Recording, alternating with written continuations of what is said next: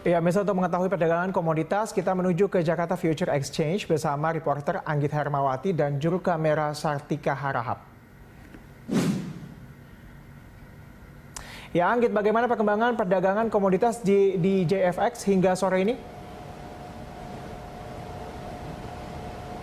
Iya, baik Tezar dan juga pemirsa, transaksi di bursa komoditi hingga sore hari ini masih didominasi oleh 3 komoditi, diantaranya adalah emas, olen, dan juga kopi.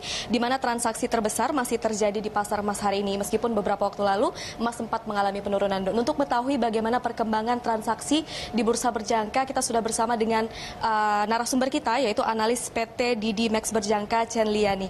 Selamat sore, Mbak Chen Li. Selamat sore. Bisa dijelaskan terkait bagaimana kondisi perdagangan di bursa berjangka pada sore hari ini, apa yang menarik?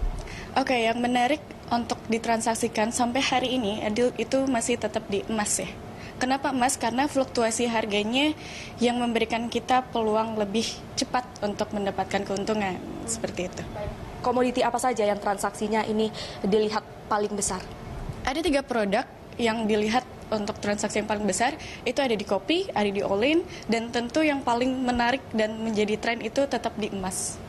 Masih di emas ya, Mbak? Masih di emas. Lalu sentimen apa saja yang mempengaruhi transaksi di bursa komoditi ini, baik dari domestik atau dalam negeri sendiri ataukah dari global? Sentimen apa yang mempengaruhi? Ada 3 sentimen pasar yang mempengaruhi bursa berjangka ya. Pertama itu ada penaikan suku bunga atau perubahan suku bunga yang secara tidak teratur, itu memberikan dampak negatif, cukup memberikan dampak negatif.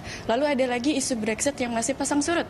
Walaupun misalnya pemerintah Theresa May itu sudah mensepakati dengan Uni Eropa, tapi tetap saja beberapa kali ditolak oleh Parlemen Inggris. Nah, ini yang paling menarik itu yang ketiga.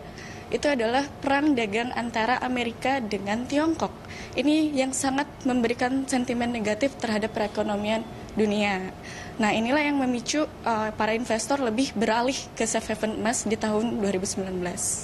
Pas dilihat masih yang paling menarik. Lalu bagaimana perkembangan bursa komoditi di dunia? Apa yang menarik? Apakah sama? Oke, bursa komoditi di dunia cukup baik karena mengalami peningkatan dan pemulihan di beberapa kuartal terendah tahun lalu. Dan yang menjadi tren dan paling menarik itu tetap di emas. Apa alasan investor itu memburu emas itu? Emas ini sekarang lagi dilihat dari banyak orang ya, karena menjadi aset safe haven, juga sebagai memiliki yang likuiditas harganya tinggi gitu, dan banyak ditransaksikan oleh investor-investor dunia.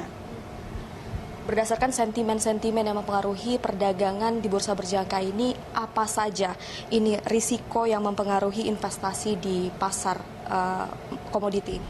Risiko yang mempengaruhi di pasar komoditi ini adalah satu, perlunya pemahaman mengenai analisa pasar, lalu konsistensi serta kedisiplinan cara kita menjalankan transaksi yang setelah kita buat jurnalnya, seperti itu.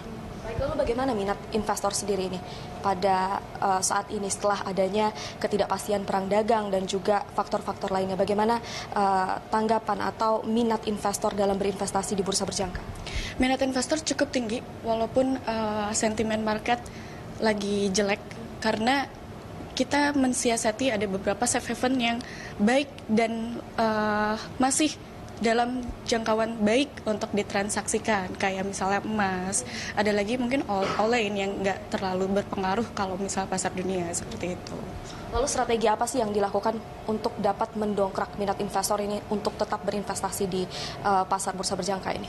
Oke, kita berikan edukasi serta pemahaman mengenai cara transaksi yang baik dan benar di pasar komoditi,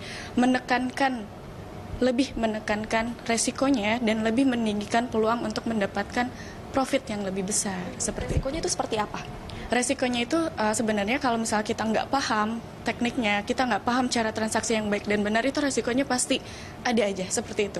Berarti resiko itu datang dari investor? Iya, betul sekali. Oke, baik, terima kasih atas waktu dan informasinya. Terima kasih.